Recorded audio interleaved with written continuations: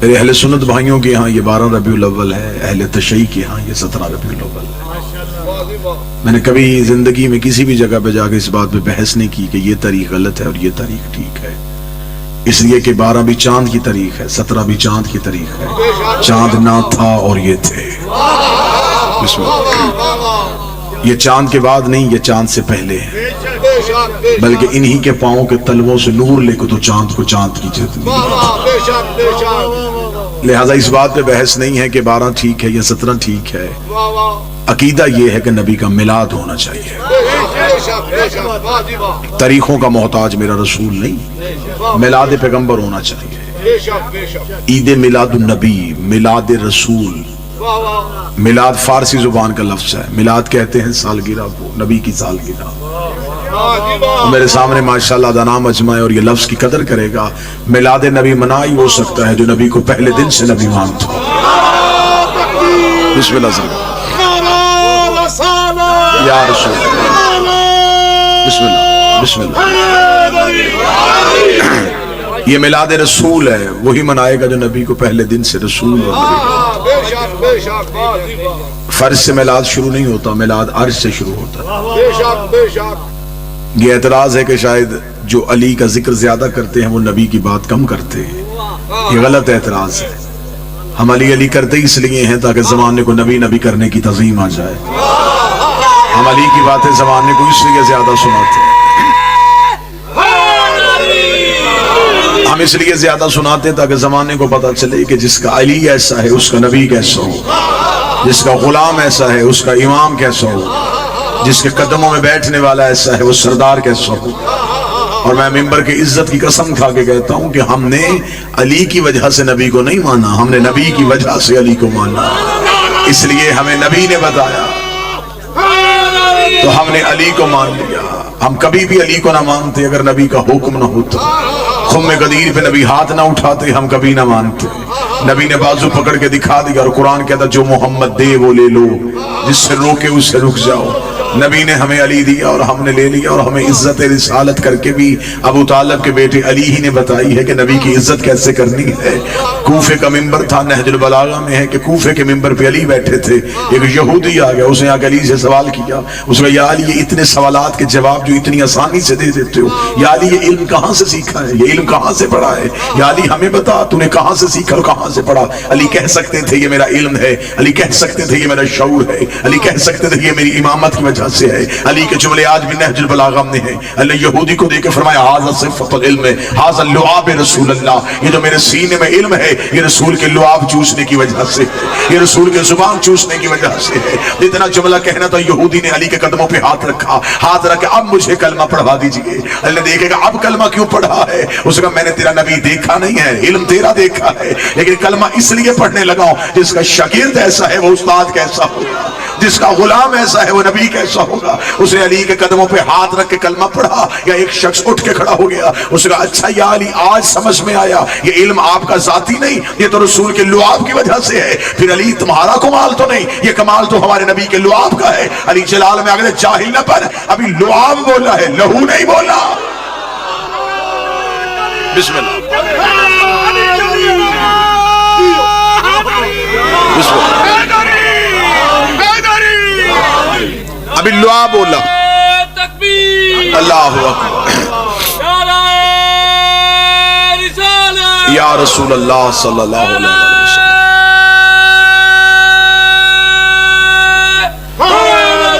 یا ابھی لعاب بولا ہے، لہو نہیں بولا۔ اور میں نبی کا لہو ہوں، میں نبی کا خون ہوں۔ نبی نے فرمایا تھا یا علی لحمو کا لحمی دمو کا دمنی، اے علی تیرا گوشت میرا گوشت، تیرا خون میرا خون۔ لہٰذا عزت علی کرنے والوں کو پتا ہے کہ عزت نبی کیا ہے۔ زمانہ پریشان ہے ختم نبوت کے حوالے سے، کبھی کہیں سے نبوت پہ حملہ ہو رہا ہے، کہیں سے ختم نبوت پہ حملہ ہو رہا ہے۔ مسجدوں میں لیکچرز دیے جا رہے ہیں، بچوں کو بتایا جا رہا ہے کہ بیٹا ہمارا نبی آخری نبی ہے، اس کے بعد کسی نبی کو نبی نہیں ہم مان سکتے۔ یہ بچوں کے ذہنوں میں بتایا جا رہا ہے تاکہ ہمارا بچہ کسی غیر کے ہاتھوں میں آ کے کہیں ختم نبوت کا انکار نہ کر دے، کسی دوسرے کو نبی نہ مان لے۔ زمانہ پریشان ہے، ہم بڑے مطمئن ہیں، اس لیے کہ ہم نے بابا جی محمد رسول اللہ کے فوراً بعد علی ولی اللہ پڑھا دیا ہے۔ ہمارے بچے جب علی ولی اللہ پڑھ لیتے ہیں پھر انہیں سمجھانے کی ضرورت نہیں رہتی، پھر انہیں پتہ چل جاتا ہے جب علی جیسا بندہ نبی نہیں بن سکا کسی اور کی اوقات ہی کیا۔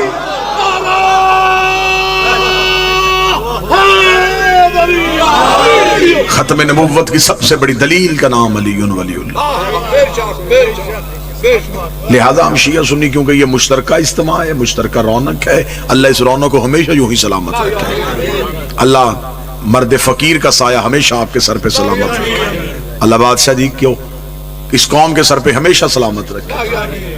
روحانیت کی فضا میں رہنے والے لوگ ہو، مولوی سے زیادہ فقیر کو ماننے والے لوگ ہو، اور وہاں کبھی دہشت گردی نہیں ہوتی جہاں فقیر کا راج، جہاں کوئی نہ کوئی علی کا بیٹا ولی کی حیثیت سے موجود ہو۔ لہٰذا شیعہ سنی جتنے مشترکہ احباب تشریف فرمائیں، ہمارے جھگڑے ہیں نبوت کے بعد، نظریات کا اختلاف ہے نبی کے بعد۔ نبی کے بعد کسی نے خلافت کو مانا، کسی نے امامت کو مانا، یہ ہر ایک کے اپنے شعور کی بات تھی، اس بات پہ کوئی جھگڑا نہیں ہے، لیکن نبی تک تو ایک ہے، نبوت تک تو سارے ایک ہے نا جی۔ نبی کے بعد کسی نے خلافت کو تسلیم کر لیا، کسی نے امامت کو تسلیم کر لیا، کوئی صحابہ کو مانتا ہے، کوئی اہل بیت کو مانتا ہے، فرق یہ بھی زیادہ نہیں ہے، بات صرف تھوڑی سمجھنے والی ہے۔ جو نبی سے پیار کرتے تھے انہیں صحابی کہتے ہیں، جن سے نبی پیار کرتا تھا انہیں اہل بیت کہتے ہیں۔ یا میں جملہ تھوڑا اور آسان کر دوں، یا میں جملہ تھوڑا اور آسان کر دیتا ہوں، جو نبی کو اٹھاتے تھے اسے صحابی کہتے ہیں، اور جنہیں پیغمبر اٹھاتے تھے انہیں اہل بیت کہتے ہیں۔ اگر کوئی موسم کی وجہ سے نہیں بول سکا جملہ اور آسان کر دیتا ہوں، جو نبی کے تھے وہ صحابی تھے، جو نبی سے تھے وہ اہل بیت تھے۔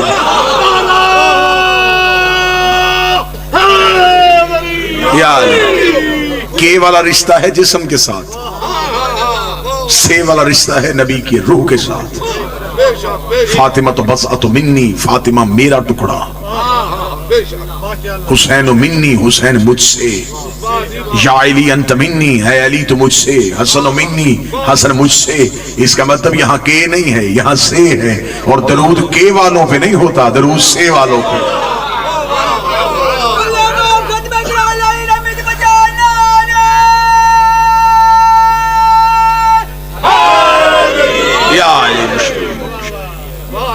لہذا نبی کو نبی عزت اسلام کی چاہتے ہیں تو ہمیں عزت نبی کی کرنا پڑے۔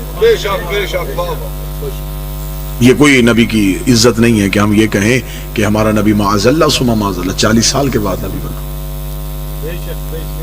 یہ نبی کی عزت نہیں ہے، یہ توہین رسالت ہے۔ جب میں یہاں پہنچا میں تب بھی خطیب تھا، میلاد میں دیر تھی، 2-3 گھنٹے مجھے آرام کا موقع مل گیا، جب تک میں کمرے میں بیٹھا رہا میں تب بھی خطیب تھا۔ منبر پہ آ کے میں نے خطابت کا اظہار کیا ہے، کمرے میں چپ تھا، سننے والا کوئی نہیں تھا، منبر پہ بول رہا ہوں کیونکہ سامنے مجمع ہے۔ نبی 40 سال تک چپ رہے، 40 سال کے بعد اظہار کیا، 40 سال قرآن بن کے دکھایا، پھر قرآن پڑھ کے سنا۔ عرب کے جاہلوں سے منوانا تھا، برتن بڑے گندے تھے، لا الہ الا اللہ کہاں رکھا تھا، پہلے انہیں طاہر کیا پھر انہیں بتایا۔ اس کا مطلب یہ نہیں کہ معاذ اللہ نبی نہیں تھے، نبی تھے، نبی آ کے نہیں بنتا، نبی بن کے آتا ہے۔ جو ہو نہ اور بن بیٹھے وہ نبی نہیں ہوتا۔ اب یہ نبی کب سے ہے؟ آئیے ہم آپ کو بتائیں کہ جب علی ولی اللہ پڑھنے والے، جب علی کے نوکر عقیدہ رسالت پڑھیں تو پھر کیسے پڑھتے؟ اب آپ ہم سے پوچھیں کہ ہم نبی کو کب سے نبی مانتے ہیں؟ جب کب بھی نہیں تھا۔ کب کا تعلق ہوتا ہے وقت سے، وقت ابھی بنا ہی نہیں تھا، ربیع الاول کا تو بھی وجود ہی نہیں تھا۔ ربیع الاول چاند کی وجہ سے ہے، چاند تو ابھی خلق ہی نہیں ہوا تھا۔ چاند روشنی سورج سے لیتا ہے، سورج تو ابھی آیا ہی نہیں تھا۔ سورج آسمان پہ چمکتا ہے، آسمان ابھی اٹھایا ہی نہیں گیا تھا۔ کائنات ابھی خلق ہی نہیں ہوئی تھی، زمانے میں کچھ بھی نہیں تھا۔ میں کیا کہوں، جس نے یہ لکھا کہ زمانے میں اندھیرا تھا اس نے بھی غلطی کی. اندھیرا بھی مخلوق ہے، سناٹا بھی مخلوق ہے، کچھ بھی نہیں تھا. میری زبان جبریل کی طرح کانپ کے پیچھے رہ جاتی ہے. میں کیا کہوں کہ کیا تھا اور میرا نبی تھا. پھر اگر شیعہ سنی بیٹھے تو میں ایک سطر کہنے لگا ہوں، ایک بنانے والا تھا،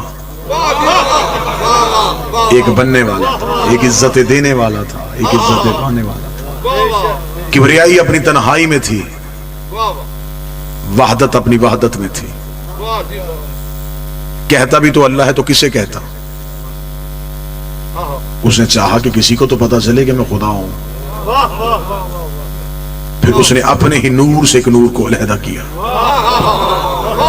اب جو میلاد عرش سے سننا چاہتے ہو ذرا سمجھو، اس نے اپنے ہی نور سے ایک نور کو علیحدہ کیا. اس نے نور کو علیحدہ کر کے کہا اب تو نے جا کے بتانا ہے کہ میں ہوں.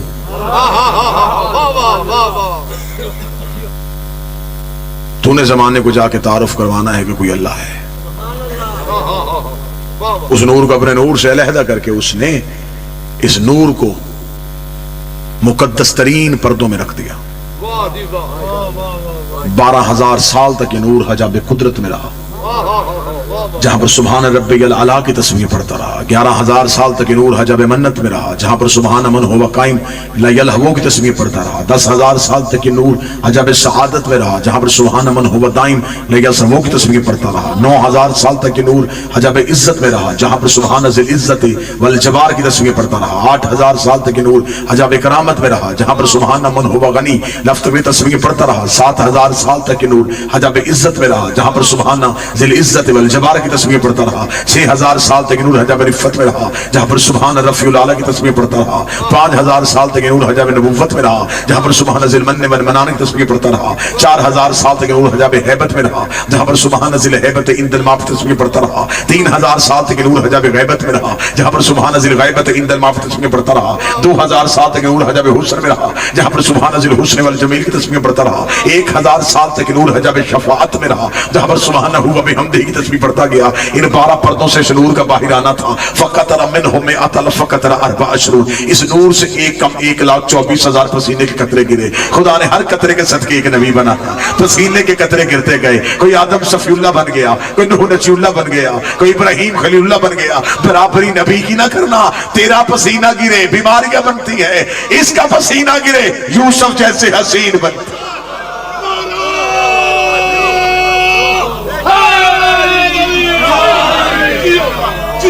بسم اللہ. پسینے کے قطرے گرتے گئے اور خدا نبوتیں دیتا گیا. آؤ ہم تمہیں بتائیں کہ یہ کائنات بنی کیسے. معصوم فرماتے خلق العرش من العرق راسہ، نبی کے سر کا پسینہ لیا آسمان بنا دیا. اور قطر کو بندہ یہ نہ سمجھے کہ پسینہ معاذ اللہ کوئی کثافت ہے، نور سے نور گر رہا ہے. خلق العرش من العرق راسہ، نبی کے سر کا پسینہ لیا آسمان بنا دیا. خلق الانبیاء من العرق جبین، نبی کی پیشانی کا پسینہ لیا انبیاء بنا دیا. خلق الملائکہ من العرق صدرہ، اس کے سینے کا پسینہ لیا اور فرشتے بنا دیے. خلق اللوح والقلم من العرق یدین، نبی کے ہاتھوں کا پسینہ لیا لوح و قلم بنا دیے. خلق الارض من العرق رجلین، ہمارے نبی کے قدموں کا پسینہ لیا زمین بنا دی. اب مجھے دکھ ہوگا جو بندہ اگلی سطر میں نہ بولے دنیا جو کھاتی ہے یہ دانا زمین دیتی ہے، یہ رزق لیتی ہے یہ زمین سے ملتا ہے، اور جو ملتا ہے وہ نبی کے قدموں کے صدقے سے ملتا ہے.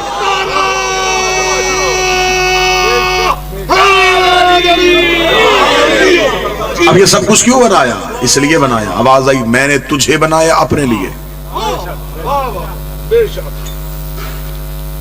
تجھے بنایا میں نے اپنے لیے. اب جو بناؤں گا، اب تو میری طرف کیجئے گا سر. تجھے بنایا میں نے اپنے لیے، اب جو بھی بناؤں گا وہ تیرے لیے بناؤں گا. میں نے آسمان کا سائبان اٹھایا تیرے لیے. بس جو بھی کام کرنا یار ایک دفعہ کر لو.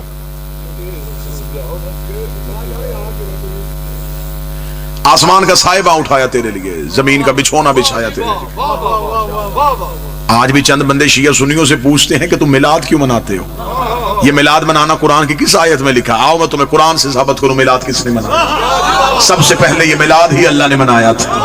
خدا نے کہا میں نے زمین کی دری بچھائی ہے تیرے لیے، میں نے آسمان کا سائبہ لگایا ہے تیرے لیے، میں نے سورج کی لائٹ رکھی ہے تیرے لیے، میں نے چاند میں روشنی رکھی ہے تیرے لیے، میں نے ستاروں میں چمک رکھی ہے تیرے لیے، میں نے ہواؤں میں ترنم رکھا ہے تیرے لیے، میں نے دریا کو روانی بخشی تیرے لیے، میں نے سمندر کو طغیانی دی تیرے لیے، میں نے بادل کو شور دیا تیرے لیے، میں نے ہواؤں کو زور دیا تیرے لیے، میں نے کلیوں میں چٹک رکھی تیری محبت کے لیے، میں نے سبزے میں لہک رکھی تیرے پیار کے لیے، میں کائنات میں جو بناتا گیا وہ تیرے لیے بناتا گیا، کائنات میں جو سجاتا گیا وہ تیرے لیے سجاتا گیا۔ تجھے میں نے صرف اپنے لیے بنایا تھا، پھر کائنات کا ذرہ ذرہ میں نے تیرے لیے بنایا، کائنات کا ذرہ ذرہ میں نے تیری محبت میں بنایا۔ ابھی یہاں پہ کوئی آئے گا اور وہ آگے دیکھے گا کہ یہاں لائٹیں ہیں، یہاں ساؤنڈ ہے، یہاں دریاں ہیں، یہاں سائبہ ہے، کوئی پوچھے گا کیا ہو رہا ہے، آواز آئے گی یہاں میلاد ہو رہا ہے۔ وہی بندہ کل یہاں پہ آئے گا، نہ کلین ہوگا، نہ سائبہ ہوگا، نہ ممبر ہوگا، نہ روشنیاں ہوگی، وہ کہے گا جو کل رونق تھی وہ کہاں گئی؟ وہ کہیں گے رونق تھی میلاد کی وجہ سے، میلاد ختم ہو گیا، رونق ختم ہو گئی۔ میرے اللہ تو نے کہا زمین بچھائی ہے نبی کے لیے،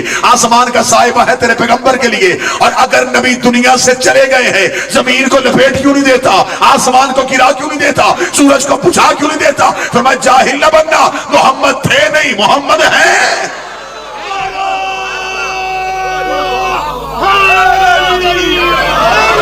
نبی تھے نہیں، نبی ہیں۔ اور جو آج کہتا ہے کہ معاذ اللہ ثم معاذ اللہ نبی دنیا سے چلے گئے، وہ بھی اپنی اذان میں کہتا ہے اشہد ان محمد رسول اللہ، میں گواہی دیتا ہوں محمد اللہ کے رسول ہیں، تھے نہیں۔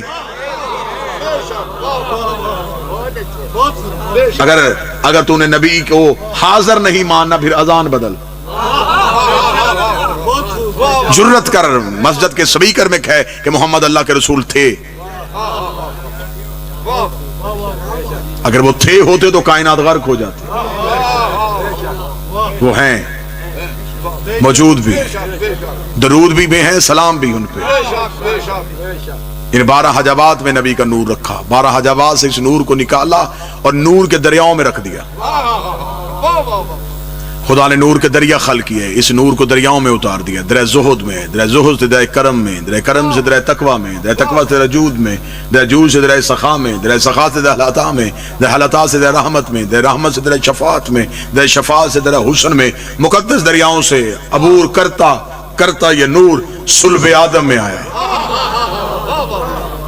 اب مجھے اگلی سطر پہ پتہ لگے گا کتنا مجمع جاگ رہا ہے۔ صلب آدم میں اس نور کا آنا تھا، آواز آئی فرشتوں کو اب کرو سجدہ۔ اس کا مطلب ہے سجدہ آدم کو نہیں ہو رہا، سجدہ اس نور کو ہو رہا ہے جو آدم کی پیشانی میں منتقل۔ ملائکہ کو حکم ہوا اب سجدہ کرو، اس لیے حیات القلوم علامہ مجلسی علیہ الرحمہ لکھتے ہیں اہل سنت ابن محیدین عربی سے لے کے ابن تیمیہ تک جہاں چاہو حضرت آدم کا پتلا پہلے سے موجود تھا، سجدے کا حکم نہیں تھا۔ یہ نہیں کہ خدا نے فوراً آدم کا پتلا تیار کیا اور فوراً سجدہ کروا دیا، نہیں، آدم کا پتلا پہلے سے تھا لیکن سجدے کا حکم نہیں تھا۔ ملائکہ گزرتے تھے آدم کے پتلے کو دیکھتے تھے لیکن انہیں پتا نہیں تھا یہ کس لیے۔ ادھر یہ نور آدم کی پیشانی میں آیا، خدا نے کہا اب سجدہ کرو۔ سجدہ جسم کو نہیں، سجدہ نور کو ہے۔ اب یہاں سے سطر پڑھنے کے بعد کاش میرے پاس ایسی طاقت ہوتی میں سطر پڑھتا نا تمہارے دلوں پہ جا کے لکھ دیتا، سطر ہی اتنی قیمتی ہے۔ حضرت آدم کا پتلا پہلے سے تھا، سجدہ نہیں تھا، سجدہ تب ہوا جب ان کا نور آیا۔ آدم کا پتلا پہلے سے تھا، سجدے کا حکم نہیں تھا، سجدہ تب ہوا جب ان کا نور آیا۔ پھر لفظ سننا، آدم کا پتلا پہلے سے تھا، سجدے کا حکم نہیں تھا، سجدہ تب ہوا جب اس کا نور آیا۔ کعبہ بھی پہلے سے موجود تھا، سجدے کا حکم نہیں تھا، سجدہ تب ہوا جب 13 رجب اس کا نور آیا۔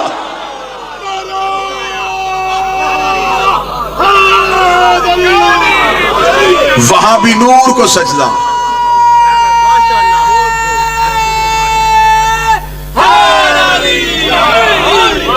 وہاں بھی نور کو سجدہ، یہاں بھی نور کو سجدہ۔ آج بھی مسلمان کعبہ کو سجدہ کرتے ہیں تو کوئی ہندو آ کے تم سے کہے کہ ہم بت پوجتے ہیں، تم بھی تو ایک عمارت کو سجدہ کرتے ہو۔ لیکن معصوم فرماتے ہیں کہ کعبے کے سجدے میں بھی 2 چیزیں، ایک جسم جھکتا ہے، ایک روح جھکتی ہے، اور کعبہ بھی 2 چیزوں کا مجموعہ ہے۔ ایک کعبہ ہے مٹی کا گھر، ایک ہے اس میں نور۔ سجدہ بھی اسے دو چیزیں کر رہی ہیں، ایک بدن ایک روح۔ بدن کا تعلق مٹی سے، مٹی مٹی کو جھک رہی ہے۔ روح کا تعلق نور سے ہے، نور نور کو جھک رہا ہے۔ صلب آدم میں اس نور کا آنا تھا، خدا نے اسے صلب آدم سے صلب شیش میں منتقل کیا۔ صلب شیش سے صلب انوش میں آیا، صلب انوش سے صلب کنان میں آیا، صلب کنان سے صلب محلائیل میں آیا، صلب محلائیل سے صلب بازر میں آیا، صلب بازر سے صلب ادریس میں آیا، صلب ادریس سے صلب خنوخ میں آیا، صلب خنوخ سے صلب مسلوسخ میں آیا، صلب مسلوسخ سے صلب ملک میں آیا، صلب ملک سے صلب نوح میں آیا، صلب نوح سے صلب سام میں آیا، صلب سام سے صلب فقصد میں آیا، صلب فقصد سے صلب صالح میں آیا، صلب صالح سے صلب آبر میں آیا، صلب آبر سے صلب فالق میں آیا، صلب فالق سے صلب ارخو میں آیا، صلب ارخو سے صلب تارق میں آیا، صلب تارق سے صلب ابراہیم میں آیا، صلب ابراہیم سے صلب اسماعیل میں آیا، صلب اسماعیل سے صلب کدار میں آیا، صلب کدار سے صلب بنت میں آیا، صلب بنت سے صلب حامل میں آیا، صلب حامل سے صلب یس میں آیا، صلب یس سے صلب یمسئی میں آیا، صلب یمسئی سے صلب عاد میں آیا، صلب عاد سے صلب عدنان میں آیا، صلب عدنان سے صلب معاد میں آیا، معاد سے صلب مدرکہ میں آیا، صلب مدرکہ سے صلب خزیمہ میں آیا، صلب خزیمہ سے صلب کنانہ میں آیا، صلب کنانہ سے صلب نظر میں آیا، صلب نظر سے صلب مالک میں آیا، صلب مالک سے صلب غاب میں آیا، صلب غاب سے صلب لہب میں آیا، لہب سے صلب وبی میں آیا، لبی سے صلب کعب میں آیا، صلب کعب سے صلب کلاب میں آیا، صلب کلاب سے صلب زید میں آیا، صلب زید سے صلب قصی میں آیا، صلب قصی سے صلب عبد مناف میں آیا، صلب عبد مناف سے صلب حاشم میں آیا، صلب حاشم سے صلب عبد المطلب میں آیا، صلب عبد المطلب میں پہنچ کے دو برابر حصوں میں تقسیم ہو گیا، ایک صلب عبداللہ میں چلا گیا، ایک صلب ابو طالب میں چلا گیا، جو صلب عبداللہ میں آیا محمد رسول اللہ بن گیا، جو صلب ابو طالب میں آیا علی و ولی۔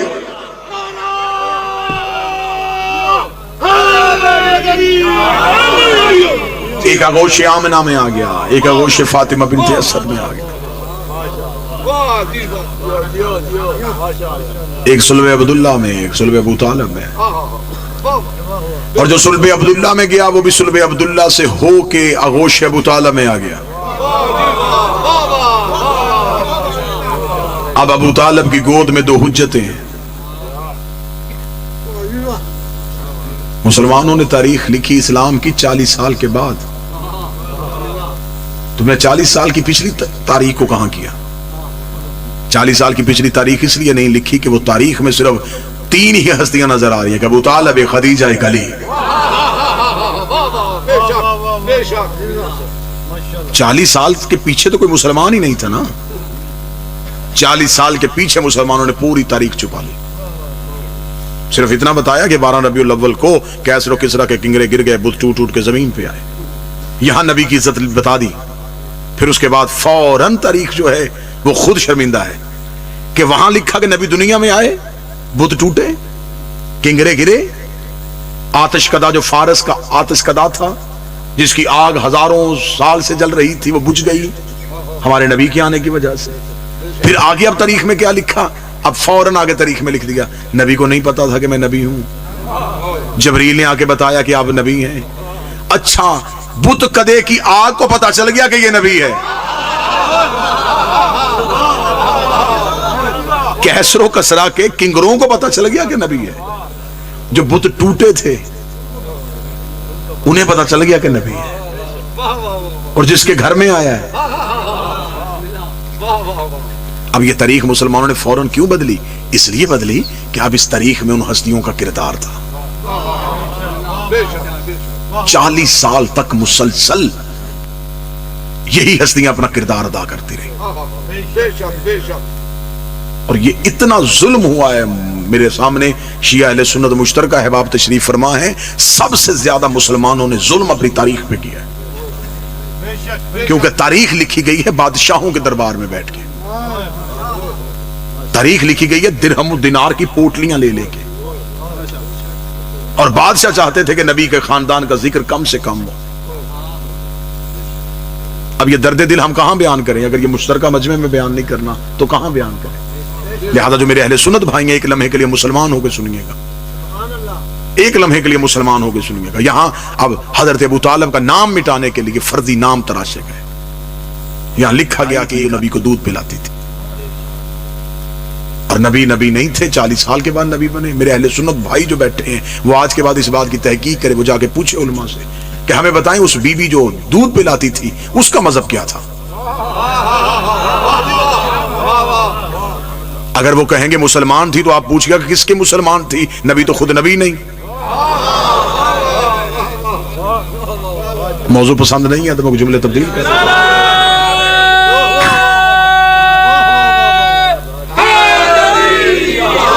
یہ باتیں میں اس لیے کر رہا ہوں کہ بڑے خوش ترین وہ لوگ ہوتے ہیں اور علاقے ہوتے ہیں جہاں پہ شیعہ اہل سنت مل کے میلاد مناتے ہیں. تو آپ ہمیں بتائیں کہ اس بی بی نے کس کا کلمہ پڑھا تھا؟ نبی کا. تو نبی تو آپ کے عقیدے کے مطابق خود نبی نہیں تھے. اب اگر وہ کہیں کہ نہیں وہ کلمہ نہیں پڑھا تھا لیکن دودھ پلاتی تھی، پھر میں قرآن کی آیت کو کہاں لے کے جاؤں؟ اللہ قرآن میں کہتا وحرمنا علیہ المراضع، ہم نے حرام کر دیا تھا دائیوں کا دودھ موسیٰ پہ. موسیٰ نوکر ہے، یہ سردار ہے. حضرت موسیٰ تو 3 دن کے مجبوری میں بھی دائی کا دودھ نہیں پی رہے، تو پھر یہ دودھ سردار نے کیسے پی لیا؟ پھر اس کا مطلب ہے یہ نام اس لیے تراشا گیا، اگر یہ نام نہ لکھتے پھر بتانا پڑتا کس نے پالا.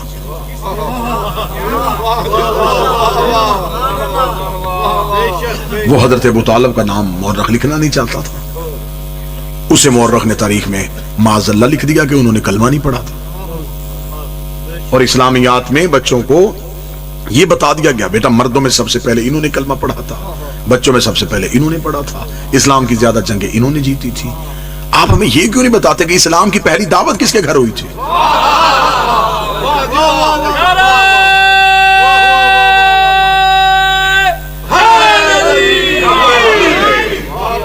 یہ اسلام کی پہلی دعوت کس کے گھر میں ہوئی؟ یہ دعوت ذوالعشیرہ جو اللہ نے کہا کہ ان کو دعوت ایمان دے، اس کا مطلب جنہیں دی جا رہی ہے وہ کافر ہیں، اور جن کے گھر میں ہو رہی ہے وہ صاحبان ایمان ہیں.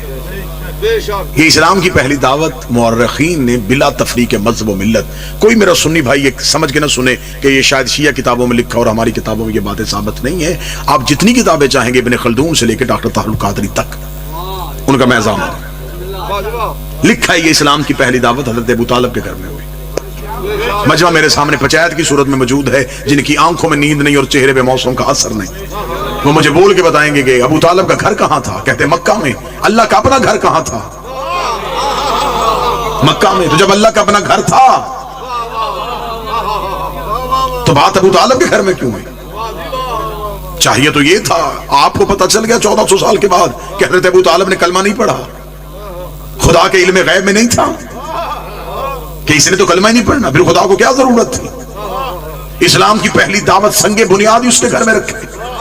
جب اللہ کا اپنا گھر تھا تو کہہ دیتا میرا حبیب جب میرا گھر مکے میں موجود ہے تو میرے گھر میں یا کعبے کی دیوار کے ساتھ ٹیک لگا، میری وحدانیت کی بات کر، اپنی رسالت کی بات کر، لا الہ کا ذکر کر، محمد رسول اللہ کی بات کر. بات اللہ کی تھی، ہو ابو طالب کے گھر میں رہی ہے. بات رسول کی تھی، ہو ابو طالب کے گھر میں رہی ہے. جب ہم نے علماء سے پوچھا اگر وجہ کیا تھی کہ اسلام کی پہلی دعوت اللہ کے گھر میں کیوں نہیں ہوئی، انہوں نے کہا وجہ یہ تھی تب اللہ کے گھر میں بت پڑے تھے، تب اللہ کے گھر میں بت پڑے تھے، تب اللہ کے گھر میں بت پڑے تھے. اس کا مطلب آپ مان گئے ہیں رحمان کے گھر بت تھے، عمران کے گھر بت نہیں تھے. حضرت ابو طالب کے گھر میں بت، جس کے گھر میں دعوت ہو رہی ہے. آئیے جا کے ہسٹری سے پوچھئے تو صحیح کردار کیا ہے ان ہستیوں کا. وہ قومیں برباد ہو جاتی ہیں جو محسنوں کو بھول جاتی ہیں. تو میں نے پاکستان کی کرنسی پہ قائد اعظم کی تصویر رکھی، کاش تم تاریخ میں ابو طالب کا ذکر بھی کرتے. بانی اسلام، مربی رسالت، نگہبان پیغمبر، جس کے بڑھاپے کے سائے میں اسلام کی یتیمی نے جوانی کے انداز سیکھے، جس کی انگلی پکڑ کے رسول نے چلنا سیکھا. کتنا بڑا کردار ہے حضرت ابو طالب کا. حضرت ابو طالب نے 3 دن تک اپنے گھر میں دعوت کی ہے، اور ایک ایک دروازے پہ جا کے کہا کہ میرا بھتیجا تم سے کوئی بات کرنا چاہتا ہے. بلانے کا عرب میں کوئی طریقہ اور تو تھا نہیں. ابو طالب نے کھانے کا بندوبست کروا لیا. کچھ لوگ ذکر کے لیے نہیں آتے، انسانی فطرت کے عین مطابق